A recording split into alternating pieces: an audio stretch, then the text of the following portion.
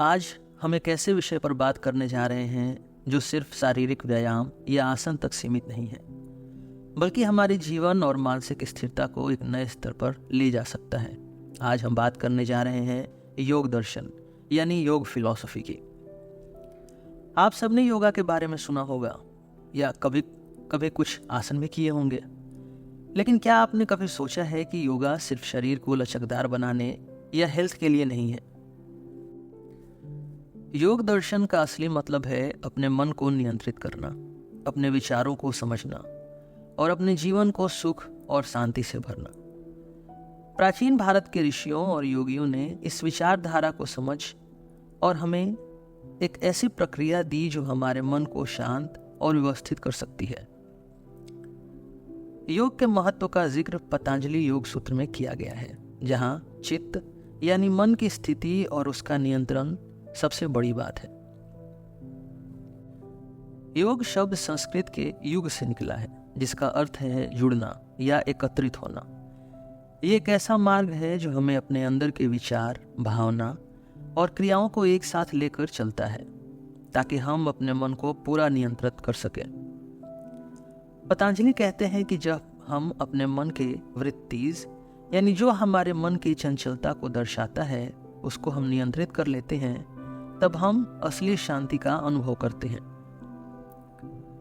ये योग का असली मकसद है कि एक ऐसी स्थिति हो जहां मन पूरी तरह से शांत हो और हमारे अंदर एक सुखद अनुभव होता रहे। आज हम एक बहुत ही रोचक सवाल के उत्तर की खोज करेंगे।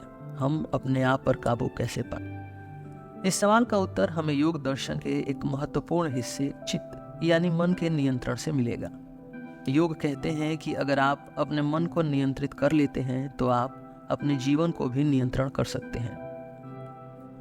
जैसे हम योग के माध्यम से अपने मन के विचारधारा को शांत करते हैं, वैसे ही हम अपने इमोशंस को भी समझ सकते हैं और उन पर काबू पा सकते हैं। आज के पॉडकास्ट में हम देखेंगे कि कैसे योग के सिद्धांत हमारी इमोशनल इंटेलिजेंस को बढ़ा सकते हैं। इमोशनल इंटेलिजेंस का मतलब है अपने इमोशंस को समझना, उनका सही इस्तेमाल करना और दूसरों के इमोशंस को भी समझना। इससे हम अपने रिश्ते सुधार सकते हैं, अपने जीवन को अनुशासित कर सकते हैं और सुख और शांति का अनुभव कर सकते हैं। आज के एपिसोड में हम देखेंगे कि कैसे योग हमें अपने मन के नियंत्रित करने के टूल्स देता है। हम जानेंगे कि पतंजलि के योग सूत्र के अनुसार हम कैसे अपने विचारों को नियंत्रित कर सकते हैं और कैसे ये व्यवहारिक योग आज के समय में हमें इमोशनल इंटेलिजेंस के रूप में मदद करता है। तो चलिए इस एपिसोड की यात्रा को शुरू करते हैं। अगर हमें योग को समझना है तो सबसे पहले हमें अपने मन को समझना पड़ेगा, क्योंकि यही मन ही हमारे विचार और भावनाओं का असल मैदान है। योग दर्शन कहते हैं कि हमारा मन यानी चित्त 3 भाग में बटा है: कॉन्शियस, सबकॉन्शियस और अनकॉन्शियस। इन तीनों भागों को एक साथ समझना होगा, क्योंकि ये हमारे विचार, भाव और क्रियाओं को प्रभावित करते हैं। कॉन्शियस माइंड हमारे जीवन का वो भाग है जहां हम अपनी सोच को एक्टिवली कंट्रोल करते हैं। जो अभी इस वक्त हो रहा है, जैसे अभी आप ये पॉडकास्ट सुन रहे हैं, आपका कॉन्शियस माइंड इस बात को प्रोसेस कर रहा है। सबकॉन्शियस माइंड में वो सारी चीज़ें शामिल होती हैं जो हम कॉन्शियसली याद नहीं रखते, लेकिन जो हमारे विचार और भावनाओं को अंदर से प्रभावित करते हैं। जैसे कभी हमने बचपन में जो देखा, सुना या महसूस किया, वो सबकॉन्शियस में स्टोर्ड होता है और कभी कभी बिना हमें पता चले हमारे फैसलों और व्यवहारों को प्रभावित करता है। अनकॉन्शियस माइंड हमारे विचारों और भाव का सबसे गहरा स्तर है, जो हमेशा हमारे आंखों से छुपा होता है। इसमें हमारी डिजायर्स, फियर्स और वो अनुभव आते हैं जो हम समझ नहीं पाते, लेकिन ये हमारे इमोशंस और डिसीजंस को डीपली अफेक्ट करते हैं। योग दर्शन कहता है कि अगर हमें अपनी लाइफ का सही कंट्रोल चाहिए तो सबसे पहले चित्त को समझना होगा, क्योंकि यही हमारा असली ड्राइवर है। चित्त अपने आप में कभी शांत नहीं रहता, ये हमेशा हिलता रहता है और इस हिलने को वृत्ति कहते हैं। वृत्ति का मतलब होता है चंचलता, या वो चंचल जो हमारे मन को डिस्टर्ब करती है। जैसे पानी में पत्थर डालने से लहरें बन जाती है, वैसे ही हमारे मन में विचार और भावनाओं का पत्थर गिरते हैं और हमारे मन को हिलाते रहते हैं। इन लहरों यानी वृत्तिज का प्रभाव होता है कि हमारी सोच और भावनाएं स्टेबल नहीं रहती है। ये वृत्तिज हमारे मन को परेशान कर देती है और उनका असर हमारी इमोशंस पर भी पड़ता है। जब तक मन शांत नहीं होगा, हमारे इमोशंस भी व्यवस्थित नहीं होंगे। जैसे हम अक्सर पाते हैं कि हम छोटी छोटी बातों पर गुस्सा हो जाते हैं या चिंता करते हैं बिना किसी वजह के। इसलिए पतंजलि कहते हैं कि अगर हम अपने जीवन में शांति और स्थिरता चाहते हैं तो सबसे पहले हमें अपने वृत्तिज को नियंत्रण करना होगा, और ये नियंत्रण हम योग के मार्ग से कर सकते हैं। पतंजलि ने हमें एक ऐसा मार्ग दिया है जो हमें अपने मन और विचारों पर नियंत्रण देने में मदद करता है। इस मार्ग को हम अष्टांग योगा यानी 8 अंगों का योगा कहते हैं। ये एक स्टेप बाय स्टेप गाइड है जो हमें मेंटल डिसिप्लिन की ओर ले जाती है। आइए देखते हैं इन 8 अंगों को। पहला है यम यानी आचरण के नियम। ये वो इथिकल गाइडलाइंस हैं जो हमें अपने व्यवहार को सुधारने में मदद करती हैं। इसमें सत्य, ट्रुथ, अहिंसा, नॉन वायलेंस, अस्तेय, नॉन स्टीलिंग, ब्रह्मचर्य, सेल्फ कंट्रोल और अपरिग्रह यानी नॉन पॉजिटिवनेस शामिल है। जब हम इन प्रिंसिपल्स का पालन करते हैं तो हम अपने मन को व्यवस्थित रखते हैं। दूसरा है नियम यानी व्यक्तिगत अनुशासन। ये वो पर्सनल डिसिप्लिन्स हैं जो हमें अपने अंदर की शुद्धि और मानसिक शांति के लिए फॉलो करने चाहिए। इसमें शौच यानी क्लीनलीनेस, संतोष यानी कंटेंटमेंट, तपस यानी सेल्फ डिसिप्लिन, स्वाध्याय यानी सेल्फ स्टडी और ईश्वर प्रणिधान यानी सरेंडर टू द डिवाइन शामिल है। तीसरा है आसन यानी शरीर के लिए पोस्चर। इसका मतलब है शरीर को ऐसे स्थिर और सुविधाजनक स्थिति में रखना जिसमें मन को एकाग्रता में मदद मिले। ये सिर्फ शरीर को लचकदार बनाने का नहीं बल्कि मन को एक स्थिर स्थिति में लाना है। चौथा है प्राणायाम यानी सांस पर नियंत्रण। इसका मतलब है अपनी सांस लेने की प्रक्रिया पर नियंत्रण करना, जिससे हम अपने मन को भी नियंत्रित कर सकते हैं। सांस और मन का गहरा संबंध होता है और जब हम अपने प्राण को नियंत्रित करते हैं तो मन भी शांत होता है।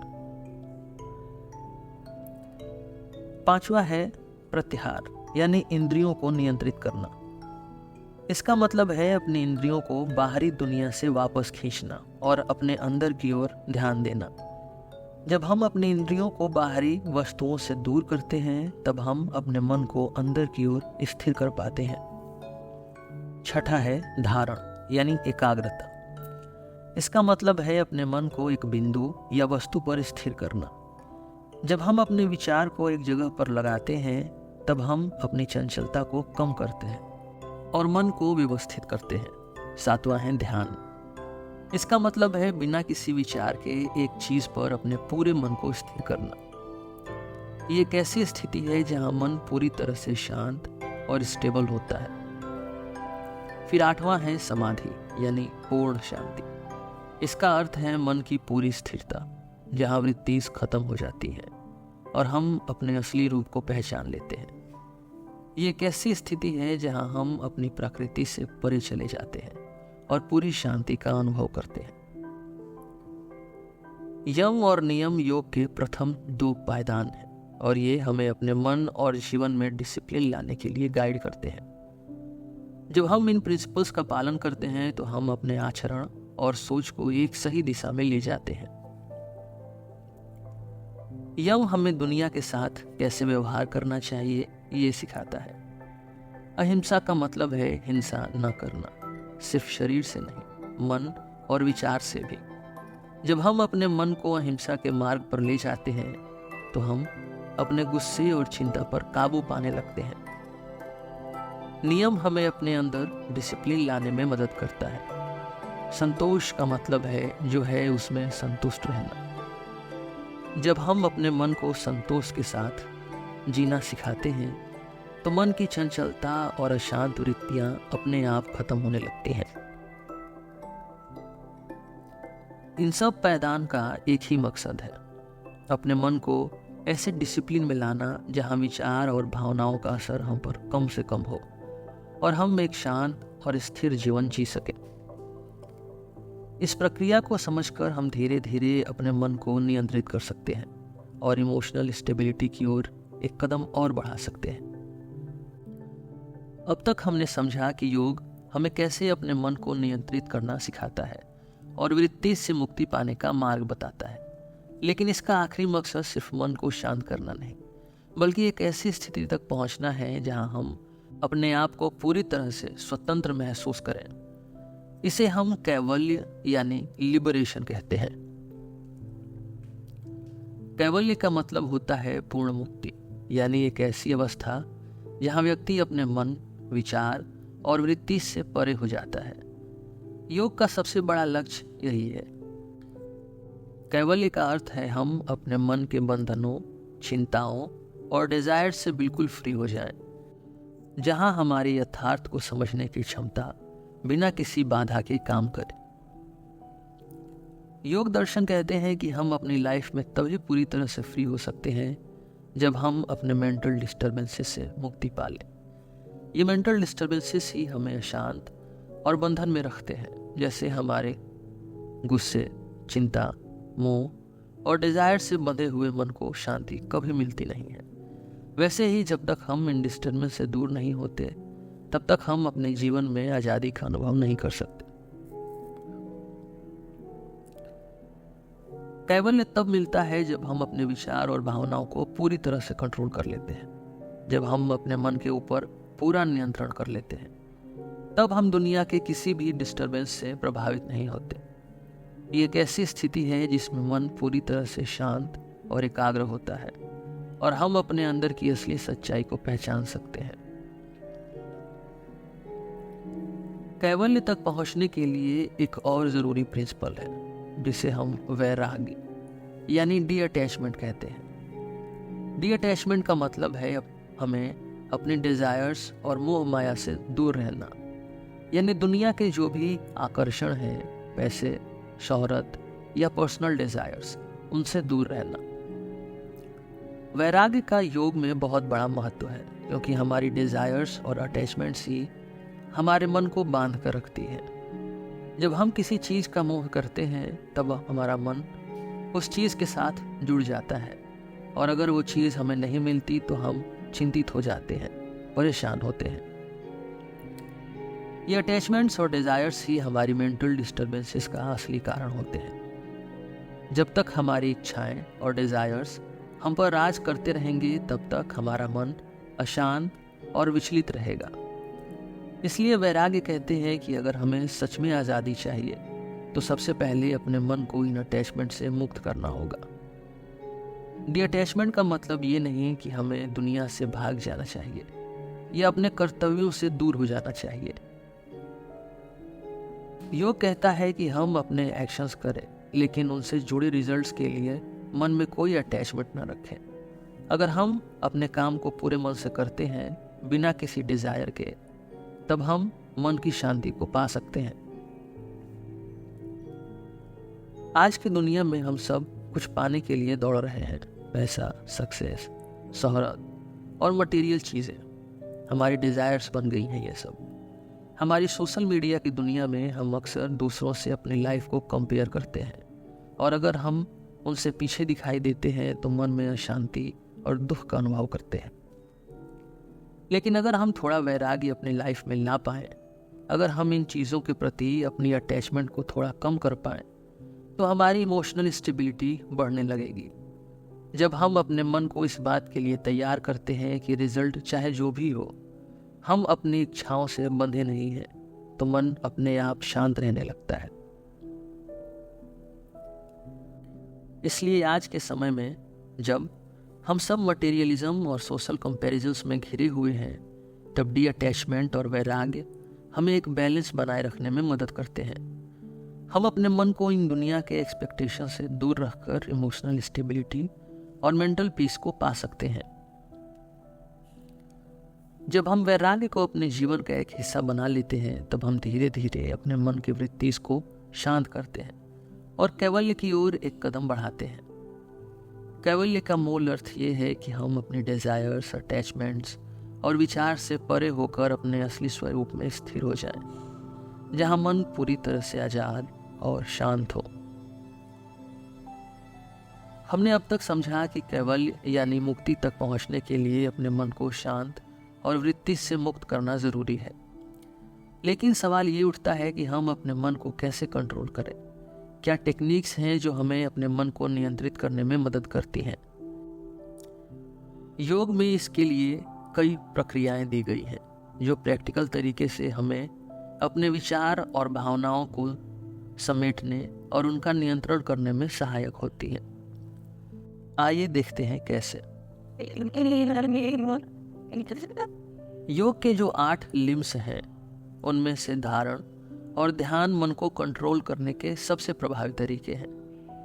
धारण का मतलब होता है एकाग्रचित्त यानी कंसंट्रेशन।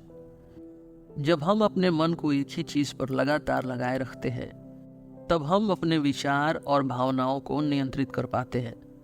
इसका असर ये होता है कि मन में जो डिस्ट्रैक्शंस होते हैं, विचलित विचार होते हैं, वो धीरे धीरे कम होने लगते हैं। जब मन कई अलग अलग चीज़ों में उलझा होता है तो हमारी एनर्जी बिखर जाती है। लेकिन जब हम अपने फोकस को एक पॉइंट पर लगा कर रखते हैं तो हमारी एनर्जी कंसंट्रेटेड हो जाती है और हम ज़्यादा प्रोडक्टिव होते हैं। यही कंसंट्रेशन जब और गहरा होता है तब वो ध्यान यानी मेडिटेशन बन जाता है। ध्यान का मतलब है लगातार एक ही चीज़ पर पूरा ध्यान देना बिना किसी इंटरप्शन के। मेडिटेशन का मतलब होता है अपने मन को एक डीप स्टेट ऑफ फोकस में ले जाना, जहां हम अपने विचार के फ्लो को धीरे धीरे शांत कर देते हैं। मेडिटेशन मन की ट्रेनिंग के लिए एक प्रक्रिया है जिसमें हम अपने विचार और भावनाओं को बहुत ही शांत और निश्चल बनाते हैं। ये एक ऐसी स्थिति है जहां मन अपने आप को एक्सटर्नल दुनिया के प्रभाव से दूर कर लेता है और अपने अंदर की शांति में स्थिर हो जाता है। धारण और ध्यान का योग में बड़ा रोल है, क्योंकि इन दोनों प्रक्रियाओं से हम अपने मन को विचलित होने से रोक पाते हैं। मन पर नियंत्रण का सबसे बड़ा टूल है फोकस। जब हम अपने मन को एक ही दिशा में लगा कर रखते हैं तब हमारे इमोशंस और विचार एक फ्लो में आने लगते हैं। लेकिन जब हमारा मन इधर उधर भटकता है, हमारा कंसंट्रेशन टूट जाता है, तब हमारे इमोशंस भी अनस्टेबल होने लगते हैं। योग हमें सिखाता है कि फोकस कैसे हमारे मन को शांत करने का सबसे बड़ा हथियार है। जब हम अपने मन को एक ऑब्जेक्ट या थॉट पर फोकस करते हैं, हमारे मन की एनर्जी और विचार भी उसी डायरेक्शन में फ्लो करते हैं। ये फोकस हमें इमोशनल इंटेलिजेंस डेवलप करने में मदद करता है, क्योंकि जब हम अपने विचारों को समेट कर रखते हैं तब हम अपने इमोशंस को भी बेटर हैंडल कर सकते हैं। अवेयरनेस का मतलब है अपने हर एक्शन, विचार और इमोशंस के प्रति जागरूक रहना। हम अक्सर अपने दिन के कई कामों को बिना किसी अवेयरनेस के करते हैं। मल्टीटास्किंग, सोशल मीडिया स्क्रॉलिंग या रैंडम थॉट्स में खो जाना। जब हम अपने एक्शंस और विचार के प्रति अवेयर नहीं होते तो हम अपने इमोशंस के प्रति भी सेंसिटिव नहीं होते। योगा के टेक्निक्स हमें अपने प्रेजेंट मोमेंट के प्रति अवेयर रहने में मदद करती हैं।